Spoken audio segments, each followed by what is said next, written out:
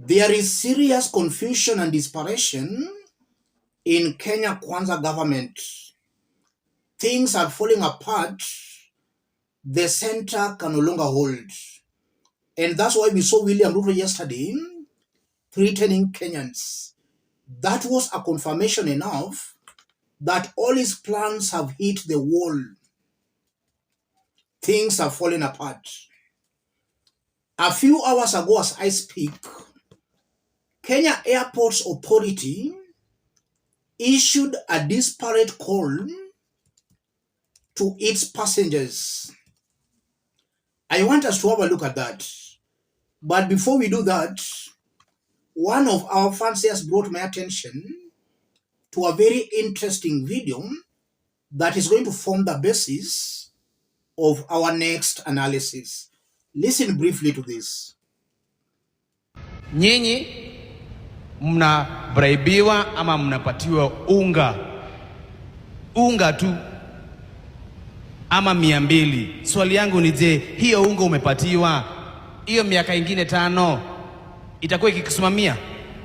Na ndio maana tulisema msipobadilika, nyinyi wazazi wetu, msipobadilika, siku ya kupiga kura tutachukua hizo ID zenyu tufiche, kwa sababu mtusaidii, mnatupeleka kwa mashida. Kwa hivyo hii mambo yenyu ya kupewa unga, kupewa 200, mnashinda mkifuata mtu, mheshimiwa. Hao watu si waheshimiwa, hao ni wafanyikazi hiyo shilingi 500 anatumia kwa kila mtu, aende atumie hizo pesa kwa watu kama 10,000. Is that not a lot of money? Mimi nikiingia pale na nimetumia pesa, nitaingia pale nikuje nirudishe pesa kwanza ama kwanza niwafanyie kazi? That is where we always make. Yes, that's a brave mountain Gen Z just speaking sense to their parents. You will all agree with me that in Kenya, the mountain has been the biggest problem why we have mediocre leaders. Right now, Kenyans are on the streets demanding for better governance. Some have been killed, maimed, and some have disappeared. It will be foolhardy and very regrettable that after all this, come the next election, you'll find some individuals still voting in this government, abducting, killing, and maiming our children. In fact, it will be the height of political stupidity. It's important Gen Zs have realized that, and they are now speaking sense to their parents on the mountain. The mountain must and has to wake up.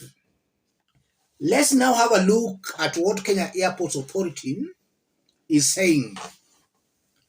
Kenya Airports Authority passenger notice: due to heightened security checks and protocols at JKIA, passengers are advised to arrive at the airport early to avoid any potential delays in catching their flights.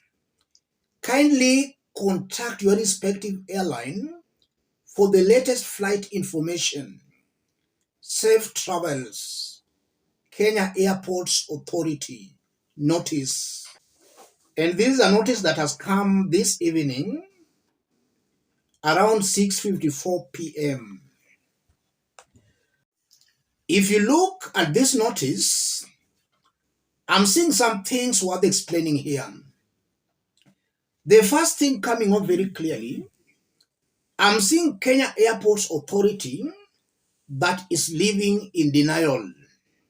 They don't want to accept the fact that tomorrow they may not even have flights.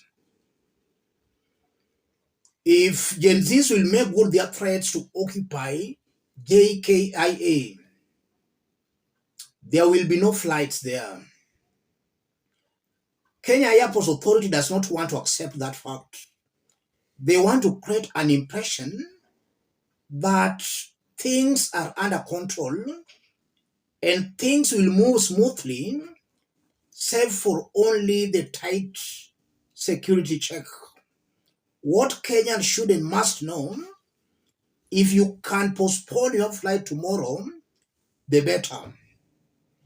Getting to that JKIA might not be easy. That's one thing Kenya Airport Authority is not clarifying to the passengers. And it's important for Kenyans to know that there is no need of putting your family in harm's way. If you can postpone your flights tomorrow, the better. Reaching JKIA might not be all that easy. I'm also seeing an incompetent authority here. If they say come early, what do they mean? What do they mean? Which early? I'm seeing a team that is just trying to be vague. A team that is incompetent. And this also the reason why Kenyans are on the streets. This open incompetence has to be stopped. These are just consequences of ethnic appointments. People being appointed based on who they know. A very incompetent authority. And again, from that, it's also coming out very clearly that Kenya Airports Authority is feeling the pressure, the heat from Gen Zs. Gen Zs threatened to storm JKIA, and you are now seeing some panic reactions, some panic moves coming from Kenya Airports Authority. So Gen Zs is piling pressure, and that pressure is being felt in the government.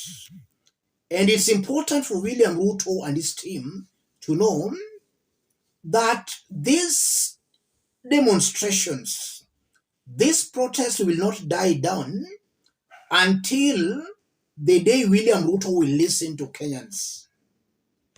And Kenyans have made it very clear they want to see proper and good governance. We want to see some of these departmental heads, CEOs, being sent home. We want to see the principal secretaries being sent home. And eventually, we want to see William Ruto resign as Kenya's president. He's holding a public office, not a private office. It's incumbent upon William Ruto to also read the mood on the ground and to do the necessary. Over 80% of Kenyans are against him. Why must he still insist on occupying the office as Kenya's president? While it's very clear, already the country has lost confidence in him. Mr. President, do the needful and resign. That's not a private office. It's a public office. And you rule on behalf of the people. The people have lost trust and confidence in you. Resign.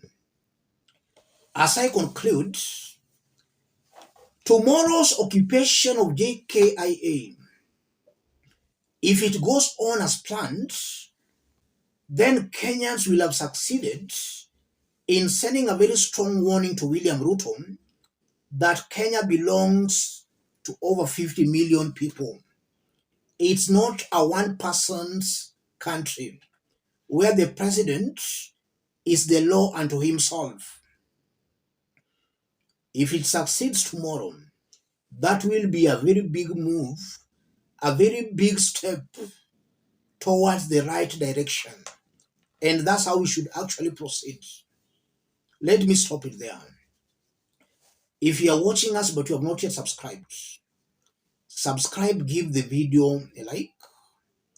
Any person watching us outside Kenya, drop a comment, let us know from which part of the globe you are watching us from. If possible, again, subscribe, give the video a like.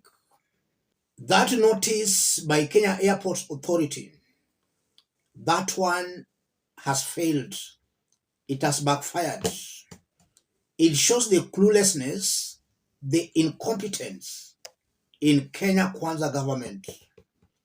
Let's meet in our next analysis, where we are going to dig deeper into Gen Z's warning to their parents on the mountain. The mountain has to wake up. Kenyans cannot continue perishing because of lack of knowledge by a section of the population.